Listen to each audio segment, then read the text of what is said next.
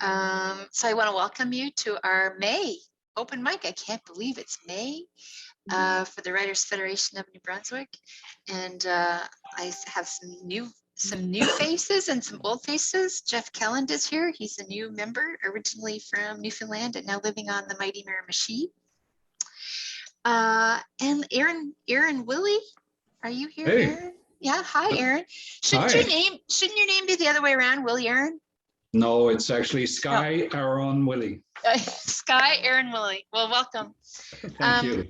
Okay, so we'll jump right in. So everyone has 5 minutes, and remember to introduce yourself, what you write, and we'll get started with Jerry, because Louise isn't here and Elizabeth isn't here. When they come in, I'll let them go. All right, can just sound check. You can hear me? I can hear you very well. Okay, that's fine.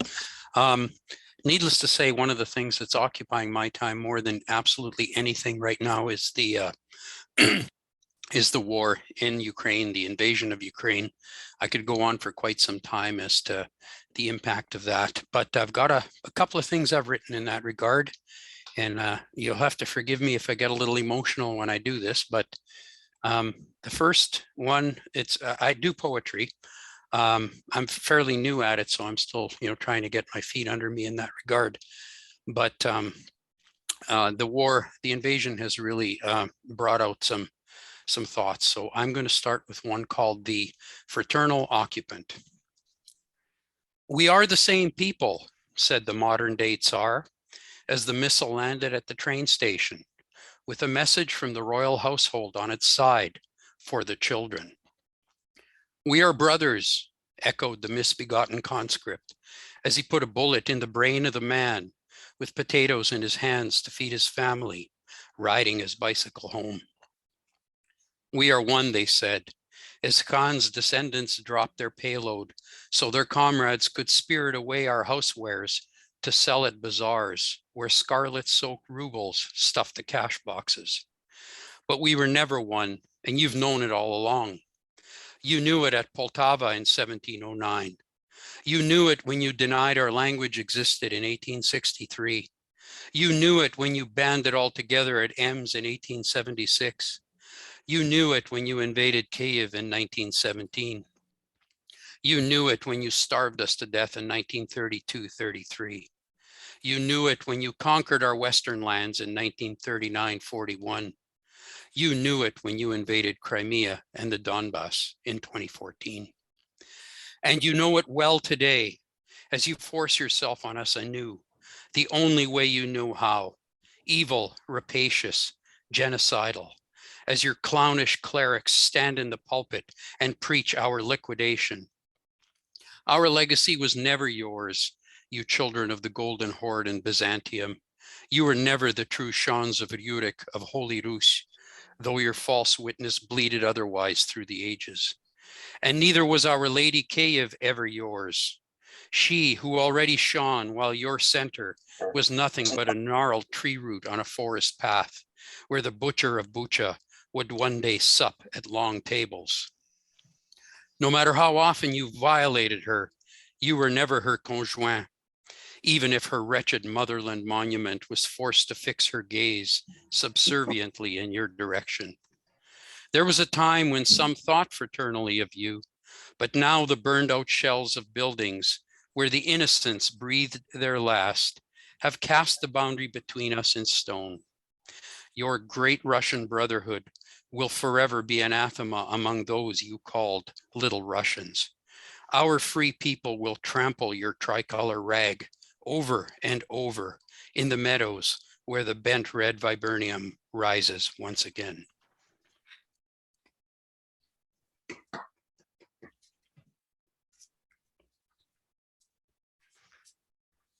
I have a much shorter one. It follows on, it's interesting, Moncton has a very strong and growing Ukrainian community, and but there's no Ukrainian church there. So there's one Ukrainian church in all the Maritimes, and it's in Sydney in Nova Scotia. And that priest drove to bless Easter baskets, and there must have been 250 or 300 people in that hall for the blessing. So the poem is called Rise Again. The Easter baskets, brimming with pisanke and paske, were blessed by the Ukrainian priest who drove 500 kilometers to serve a people for whom there was no choice but a resurrection. And those are my 5 minutes of poems today. Thank you, everybody. Excellent. Thank you. Excellent. Bravo. Thank you. Just hang on a second. Just a little bit of.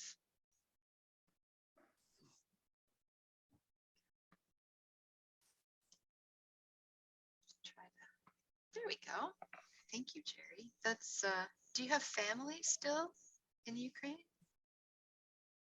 Yeah, I do. I have family in Western Ukraine, which is not getting the worst of it right now. But in fact, this particular cousin has taken in refugees himself from the other part of the country where it's much worse. So yeah, and I talk to these relatives regularly in that. So yeah, I still do have family there, but I've been I've been doing a whole bunch of work. I've been doing presentations and been helping with the Ukrainian Club of Moncton. There's a group setting up in Miramichi, been helping them too.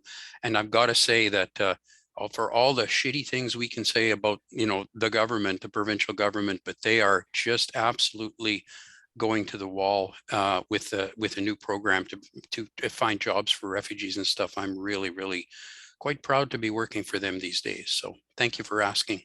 Well, that's good to hear. And we'll certainly wish your relatives well and hope they stay safe. It matters. The stuff we're doing really matters to them. They love hearing about it. They feel like they're not alone. So it really does matter. So Yeah. thank you again. Yeah, we hope for a good outcome. Thank you. Okay, next is Jeff Kelland. If you're ready to read. Oh, okay.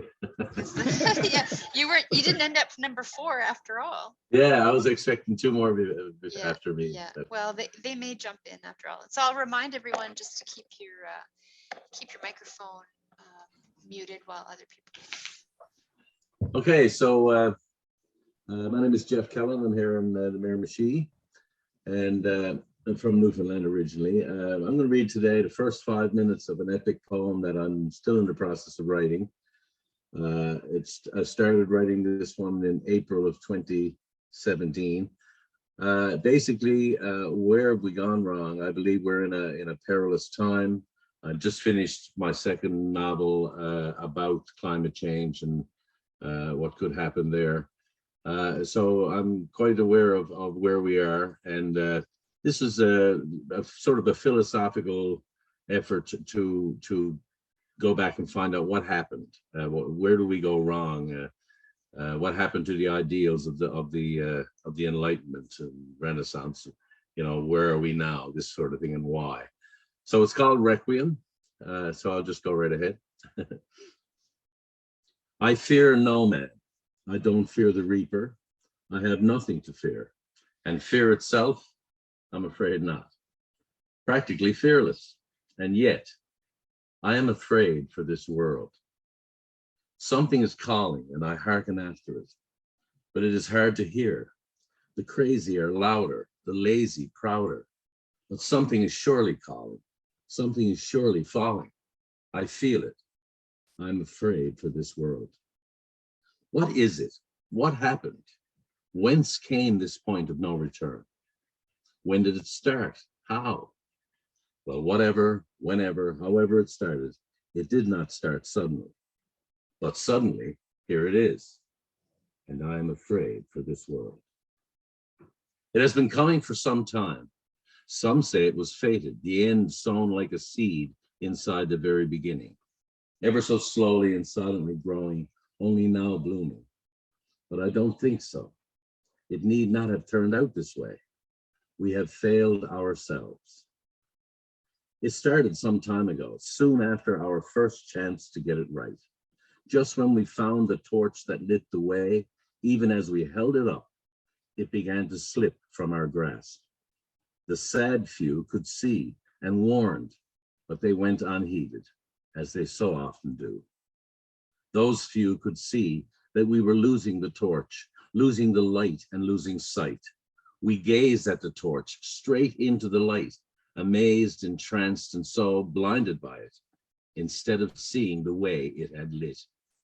A simple mistake, but such a tragic one, doomed to be repeated over and over in so many ways, until seeing the mistake could no longer help us, until it was too late, until now. We should all be afraid for this world. The torch became terribly misdefined, its true meaning warped, wholly misconceived, time after time, and each time worse than the time before. What was supposed to mean who we are and elevate us to our loftiest destiny became increasingly downgraded, cheapened, until finally we made who we are into something we merely have, something that could be wielded. It became something some of us can own and keep others from owning, something particular and privileged instead of universal and empowering, reduced to a commodity, just something. In the beginning, that torch was called freedom. I don't know what to call it now. In turn, the torch's light also became terribly misused, its true purpose never really achieved, misappropriated time after time, and each time worse than the time before. What was supposed to penetrate the darkness, turn ignorance to knowledge, and lead the way to wisdom became increasingly narrow, merely utile, until finally we made what should help us better understand and discern into something used to make more things, to acquire more fame and fortune, to gain political or religious power, an evil tool, just something. In the beginning, that light was called reason. I don't know what to call it now. But among all our blindness and blunders with the torch and its light, there was and still is the greatest fault of all, the supreme error, a dreadful mistake that made all other mistakes possible, even inevitable. We failed to consider our hands, the hands that were to grasp the torch, to hold up the light, that we might see the way. We failed to care enough about why we were holding it up, why we needed to hold it up, and why we needed to see the way. We failed to care enough about how it should be held, what to look for with it, and what to do with what we found. Those hands, they were the hands of each and every one of us, once holding the promise of wiser, more cultured ideas and a civilized realization of ideals. They were the soul and spirit, our caring heart and wondrous verb for life. And I know all too well what to call them now. Call them politics and power. Call them vanity, self-interest, raw avarice. Call them whatever you want, but know this: we are now at the mercy of all that we have wrought with those hands. And it is time to be very afraid for this world.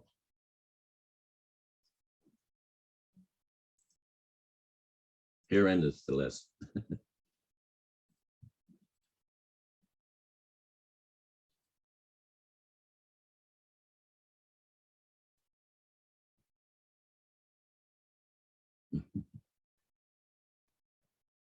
And then remember to unmute myself. Thank you very much, Jeff. That's something to think about for sure. We do live in really, really unusual times. But I think there've been unusual times before. I guess that we can be hopeful that there will be unusual times again. Other generations will experience their own. Let me see. Sarah Mogino, are you with us? I am with you, and I'll put my video on. I've been saving it. Don't want to use up all that internet out there in the outer space. Let's see. All right. And I don't have any paper, so it's all on my laptop. So I'm going to look there. I'm in New Brunswick. I'm in Kingston. I'm on the peninsula. I've got the river in front of me, the privy or outhouse to the left of me. That's going back to a conversation earlier today. And the cedar forest is up there. The dog's behind me. So I feel quite anchored. I just finished university. I went back late in life. And I have a degree, well, will have a degree when they give me the diploma, with a minor in writing. And that really just gave me permission to to really write. And I loved it. So anyways, I've got a few little pieces I'll read through. This one is returning home. I was driving home in March, home as in here from Massachusetts, because I sort of live with one foot in each pond. And I was struck by how ugly late winter, early spring can be in New Brunswick. Well, at the same time, I was overjoyed to be in it. I love the raw and rough look of the province, and I miss the winters. And though it may not seem it, this is a part love letter to the land and part homage to the people that live here and love it as it is. And it's a little tongue in cheek. So it's called This Land. This land births once again a newborn so raw and ugly, only a mother could love it. Ghostly birch stands sentry among bedraggled and weary spruce, boulders naked, expectant, protruding. The river swells, tangled masses float like meconium. An empty brake fluid bottle lies naked on the shore. 45 by 65, tones of gray and rust green the woodlands along this shore. I wake to this majestic palette, boots sliding through the mud, slicker than dog dew. Half a century I ran, shoeless through your cedar forests, scathed from crawling on your stony earth, hawthorns in my heel, and I see beauty. This land so ugly, only a child can love it, I sprung from you, as do the fiddleheads and the mayflies, time and again. And this next one, I'm just pulling up a couple old ones from Open Heart Forgery when I lived in Nova Scotia. So it's not new, but I thought it would be a nice read for the weekend. And it's from a workshop, that's where it started, on beauty with Anna Kwan from the Writers Federation of Nova Scotia. And it's called Beauty. Milk stains seep across the breast of my shirt, laundry unfolded, dishes not washed, the scent of no longer newborn lingering.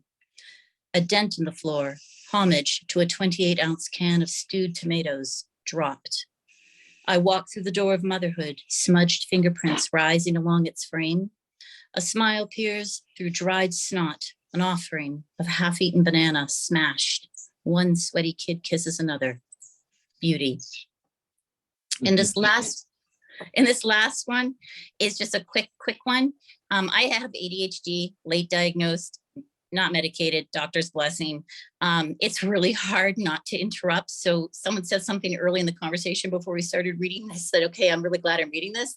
Once I understood why I do what I do, it helped me not only to manage my conversations, but also to forgive myself.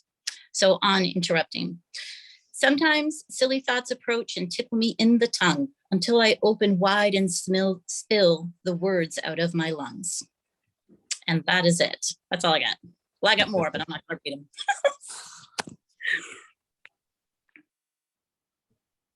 All right. Thank you. Thank you, Sarah. I'm glad you could make it. Your internet, it lasted. It did really well there. So that's good. Half-eaten banana. Been there, done that. Let me see. Sarah Murphy. Ms. Murphy.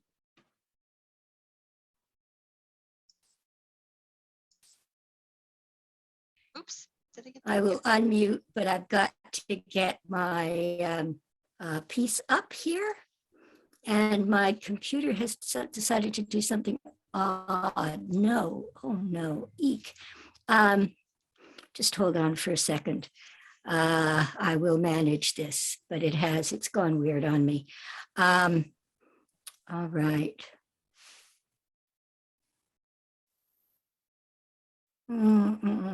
If you simply want to do this over to somebody else while I get myself in order. My computer, as I said, it's done something kind of crazy. Oh, wait a minute. I got it. All right.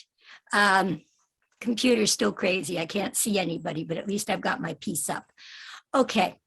This is, again, a piece from my new manuscript, and it is somewhat spring-like because it did take place in spring, but it's one of my protagonist's memories as she is going through the world that she is in. The novel itself is my plague novel and speaks to where we are and the return of the plagues. You've heard the beginning of it. I guess I'm not one who believes in the Enlightenment. I think this all started with the 85% death rate in the population of the Americas, which is the other thing that the book is about. It's about those plagues. However, this is about the protagonist thinking back on how she became a rebel in a spring incident in her childhood. A strange memory springs to mind, a birthday party at a cousin's house. From her old neighborhood, a party of the kind she seldom went to. And she'd allowed herself to be dressed up by Constance, her grandmother, for once. A perfect prepubescent girl. Constance had even said so when she got out of the car at the birthday girl's door, reaching over to squeeze MX's cheek. "You're such a pretty little girl when you try," she'd said. And MX had thought, "When you try, you mean." But she always long knew compromise, giving in at times was worth the peace, the space she'd receive as a result. So that she'd curtsied, giving it a full ironic treatment that found no recognition in Constance's smarmy sincerity. "Thank you, grandmama," she'd said, and even turned to curtsy again to the laughing birthday girl waiting by the door. Then later, during the party, they'd all gone out together to a park, she thinks, though she doesn't remember. Maybe it was a shop of some sort to pick out something, or one of those places you go for a special treat. Maybe a Baskin Robbins or some such chain ice cream shop as were around back then, with the myriad of flavors and banana splits and crazy 10-scoop sundaes with names like The Volcano, or even a more down-market Dairy Queen. Maybe even a couple of mothers had come with them on their walk through the well-treed neighborhood. Only she'd lagged behind. Something had interested her.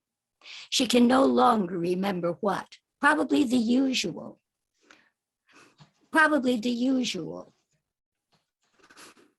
A leaf, a bug, a bird, a plant, the bird's scattered feathers. But the next thing she knew, there was a man behind her asking, oh, it was such a stereotypical thing. What was it? Are you alone, little girl? Or are you waiting for your father? But she remembers that it was so startling that she told the truth. No, I'm with friends. I have to catch up. And he'd invited her to come with him. And she'd demurred, just a quick, oh no, I'll be fine. And really, she meant it. She would be. She didn't need company or a ride. The place was by then only 2 blocks away, maybe 3, and she didn't perceive any danger at all. So that when he repeated sweetly how much easier it would be, her in her pretty party clothes, if she just accepted a ride, that way she wouldn't have to risk running to catch up and maybe fall. She thought he was just being silly, so that she smiled a big smile. I'm the fastest in my class, she said. Then he tried once more, still wheedling, maybe offering something, ice cream, candy, things she told him she had already had, things she told him she had already had, whether from party or store, or even a doll, which would have made her giggle when she told him she didn't play with them. So that at last, on the next try, it had become a command. You will come with me, he said. And the danger at last was felt. But what she will always remember is the temptation, how strong it was, and that it was feeling the temptation that warned her of the danger. So much stronger it was than any wheedling, any offering, that desired just to obey. Even for her, the chronic rebel, to think she had done something wrong and falling behind in looking at what she had been looking at, whatever it was, so that she will wonder at Eve. Had Satan wheedled or ordered, told her in no uncertain terms that God had changed his mind, ribbed that she was? Was she aware already that on hearing a hardened masculine voice, it was hers to do as told? MX had used it often enough herself, had tried it just a moment before. Pitch your voice low, pitch it hard to persuade. Well, ever after, she would think, confirmed in her contrarian ways, there is safety in rebellion. In fact, that your first safety would always be in rebellion. But oh, it was easy to feel the force of command, the longing to fall under its thrall. Even back then, as with all the dignity she could muster, she stood up her tallest and said it was time for her to get going. And she walked calmly to the corner, and turning it, proved her speed.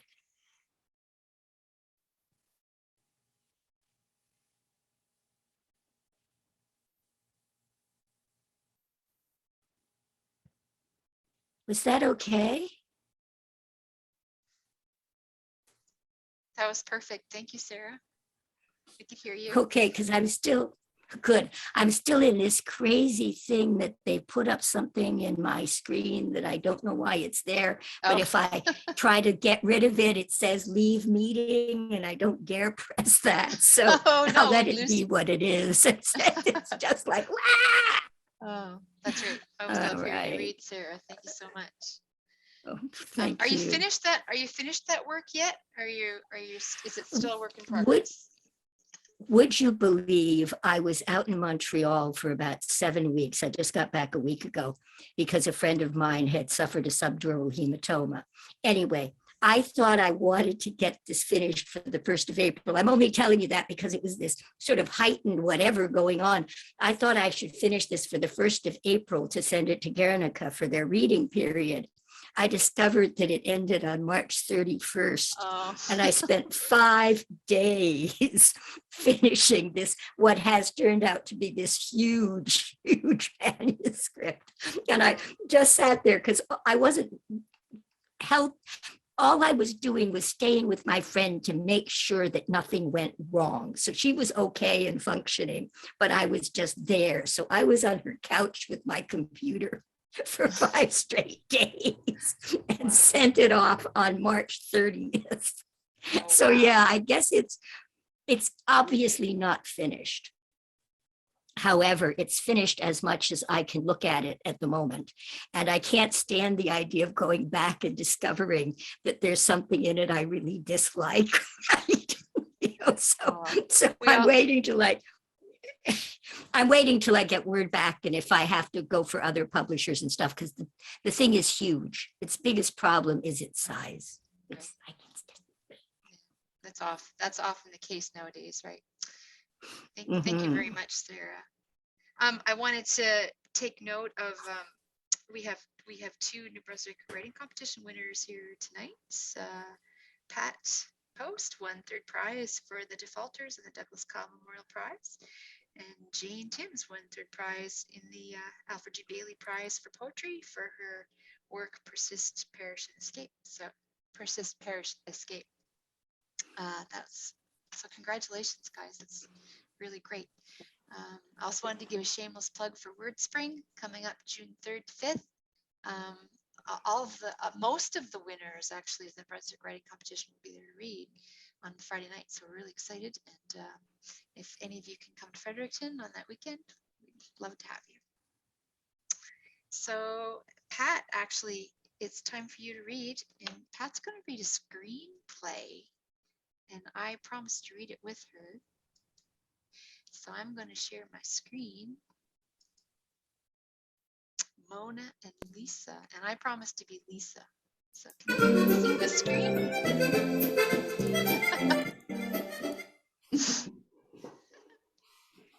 Okay. I haven't Okay. even read this yet, so. What? You haven't read your part? Goodness. All right. This Maybe is we'll our just, this is our first read through. Let's do it. all right. Okay, you know who we are though, right? You know which one you are. Yeah. I'm As long as you know your name. Okay. Interior exterior, the Louvre Museum, Paris, France, morning.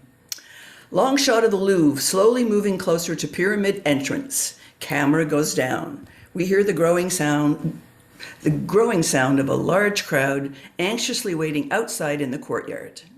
When the guard opens the door, the noisy crowd pushes and shoves its way down the steps of the glass pyramid and through hallways, ignoring the priceless treasures on the wall, all with the same intent, taking a selfie with the Mona Lisa.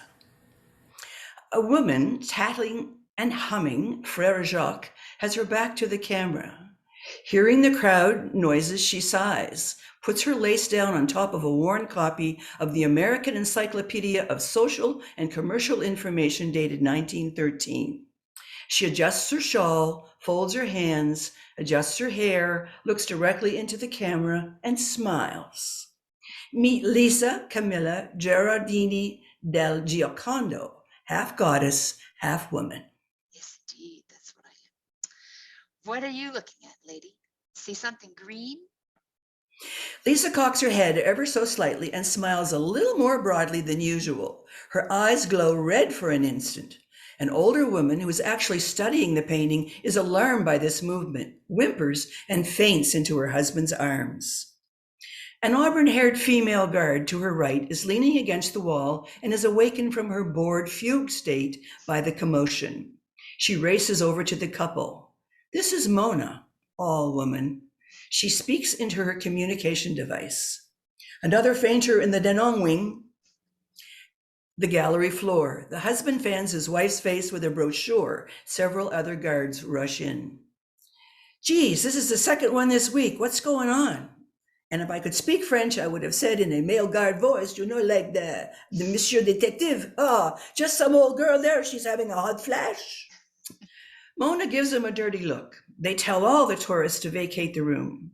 Amid moans and groans, the horde of tourists snapping pics of themselves and each other, still holding phones and cameras in the air, reluctantly file out.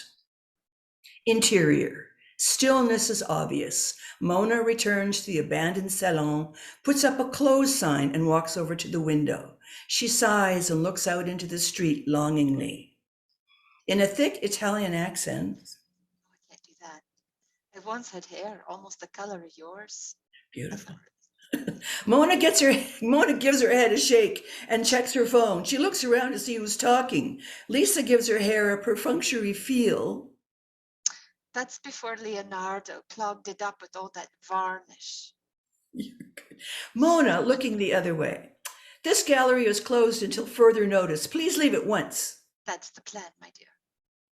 Too funny. Where are you? The penalty for breaching security at the Louvre is very steep. Is it worse than being locked up for all of eternity? Mona spins around in circles and talking into her phone. Okay, wise guy. Security breach in the Denon wing. Calm down. I'm not going anywhere, at least not for a day or two. That's fine. Exterior, Mona's apartment, the Latin Quarter of Paris, in the morning. Mona is preparing cut fruit and placing it artfully on a small plate. It slightly resembles the face of the Mona Lisa. She smiles and takes it to a female child. The child has curly reddish hair and glasses. She is busy carefully building a complicated tower-like structure from Lego. A large black cat named Leonardo is washing his anal regions on the table beside her. Mona smiles, pleased with her work, and passes the plate to the child. That's nice, Lily. What is it? The Pompidou Center? Rhonda, why don't you be Lily too? You've got such a great thing there. Okay, this is Lily Marlene Faust Anderson. She is Mona's daughter. She has been diagnosed as being on the autism spectrum. She is 9, going on 45. No, mother, this is rhombic octahedron. Very good. Leonardo painted the first one in 1495. Aren't you the one studying to be an art historian? Excuse me, I must have missed that sentence. However, here is your edible reproduction of the Mona Lisa. Lily looks over briefly. You messed up that smile. It took Leonardo 7 years to get that smile. You want me to take it back and keep trying? No, that's fine. Leave it. Lily continues to add Lego. The cat plays with them. What do you mean, leave it? Don't you mean thank you, mother? Grazie, madre. That's great. Wasn't that Pat. fun? Yeah, it was fun. Very good. Is that part of a larger work, Pat? Oh yeah, it's done. I have 2 versions. I have one for Disney, and I have one for Netflix. There's a good Mona Lisa and there's an evil Mona Lisa. So I'm going to flog them both. So we'll see. Well, that's great. I look forward to it.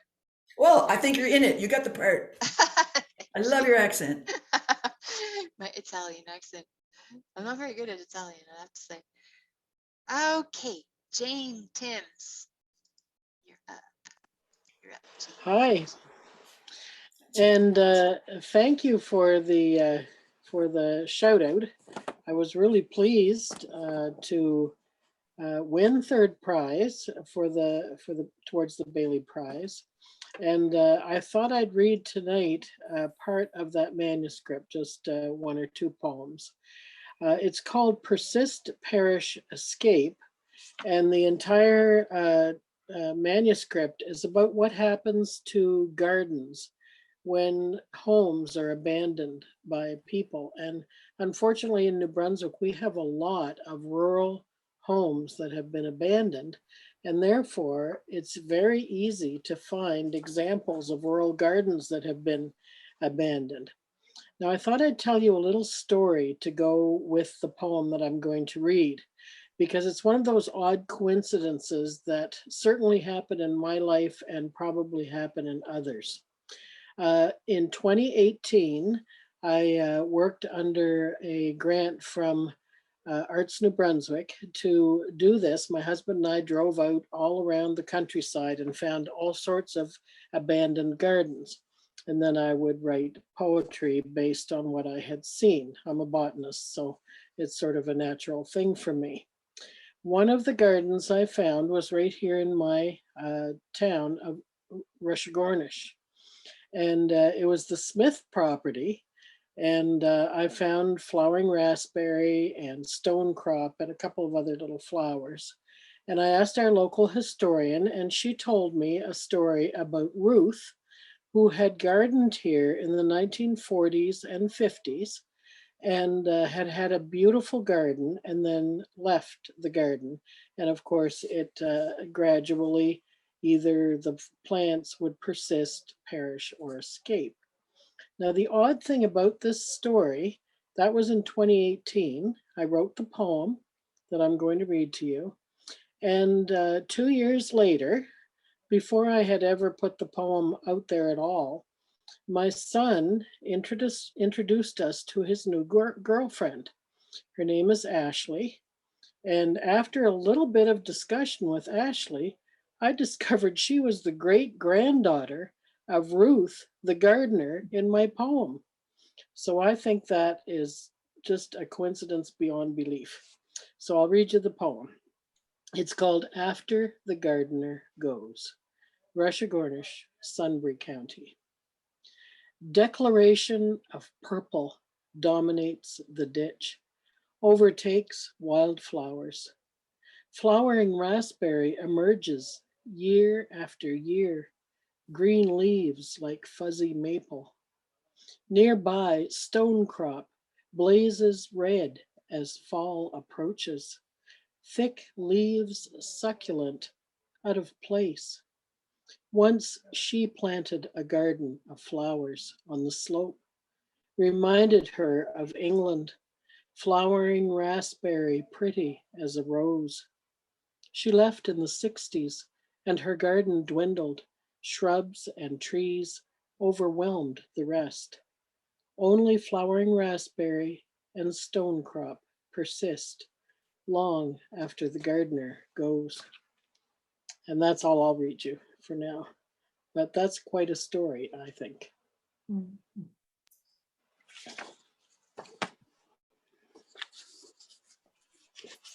It shows you that more than the gardener persists, her descendants persist, and they go and seek out the poet. Of course, Ashley did not seek me out. It was just a coincidence, but There's such a history. wonderful one. There's such history in Yeah. gardens, isn't there? Yeah. Russia Gornish goes back to the 1700s, No. and we have a lot of old homes here to prove that. We now have one covered bridge. We used to have 4 or 5. And we have an old school that used to serve our community still down on the flats. So there's lots and lots of history here for sure. Hi, Pat. There's a lot of there's a quote by English poet, is it Alexander somebody, I can't remember. I don't plant a tree for myself, I plant it for posterity. Right. And I think about that in my empty, muddy backyard where there's nothing there, and I'm planting a hedge, and I'm thinking about what trees I should buy, and thinking I'm not going to see those trees. I'm not going to see them full grown. I'm planting them for somebody else to enjoy when they're full grown. And but someone will. And someone will, yeah. And I think that that's there's a lot of satisfaction in that. I know my father liked that quote. He loved trees and he loved planting trees. Yeah. Anyway, thank you. Thank you. Sky, Aaron, Willie.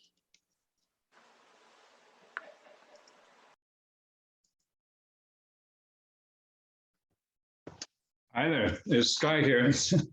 Some beautiful pieces of work that we've heard. Thank you, everyone. I'd like to share with you possibly 3 different pieces that I've got. One of which is called So Now, and it reads as follows. So now I ask, forget the whispers. So now I say, let go of the dreams. So now I cry, deny your desires. So now I pray of forgiveness. So now I die again of denial. So now I run to hide within myself.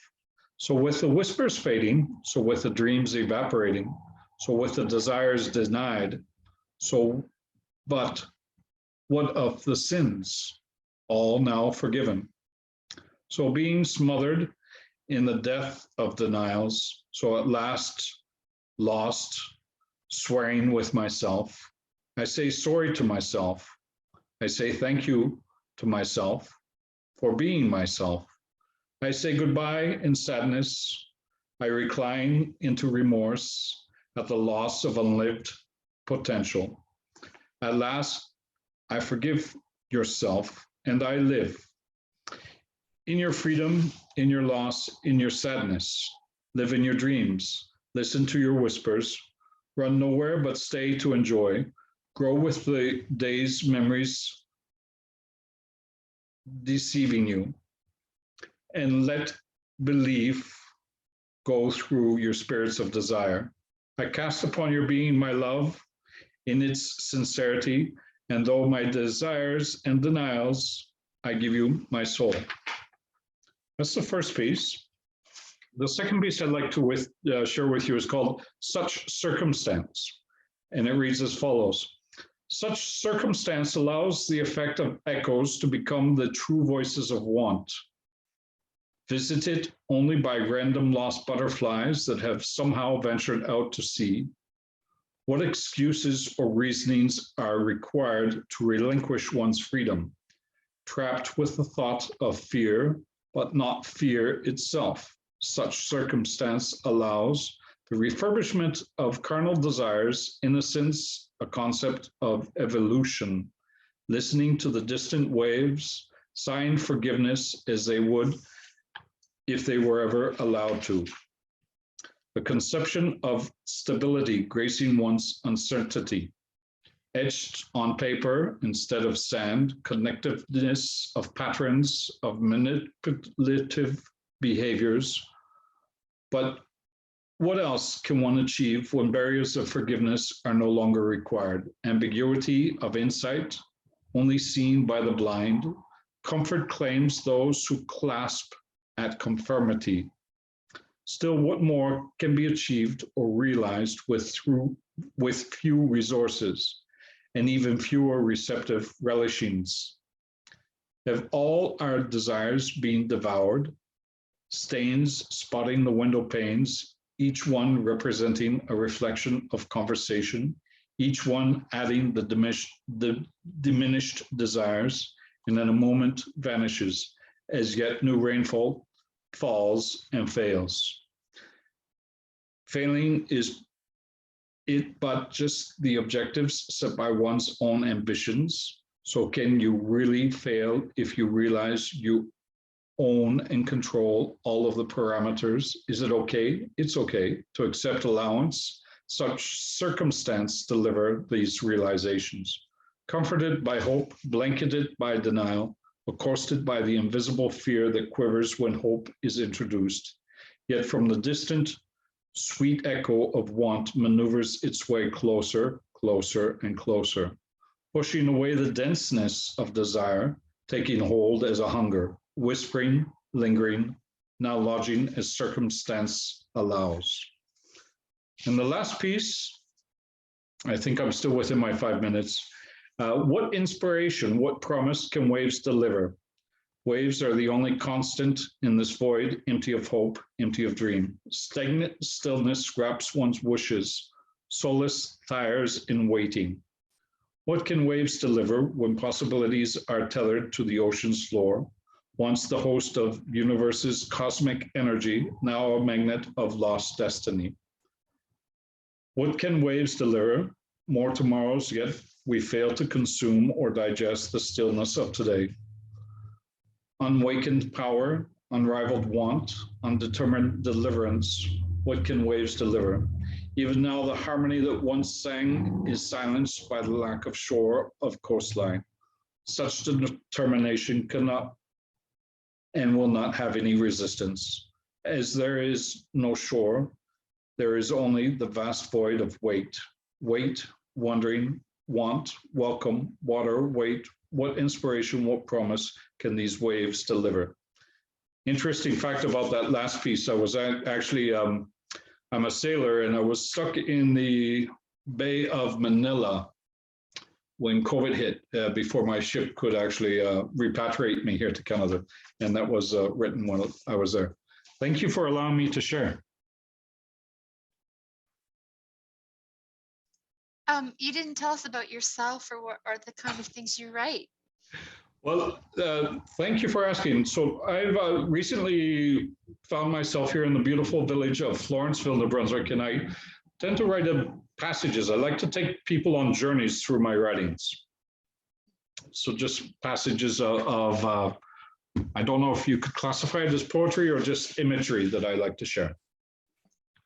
Well, thank you very much for coming tonight. Thank you for the opportunity. Yeah.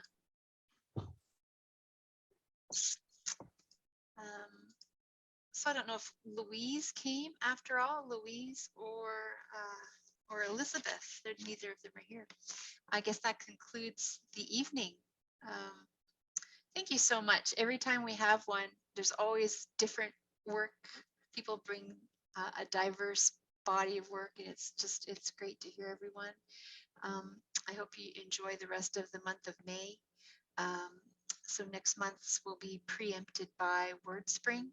So if you can all come to WordSpring, it would be great to see you there. There'll be open mic readings there on Friday afternoon, a book launches and book tables set up by your fellow members where they can sell their work, and some great workshops to attend as well. So thank you very much, everyone. It was wonderful.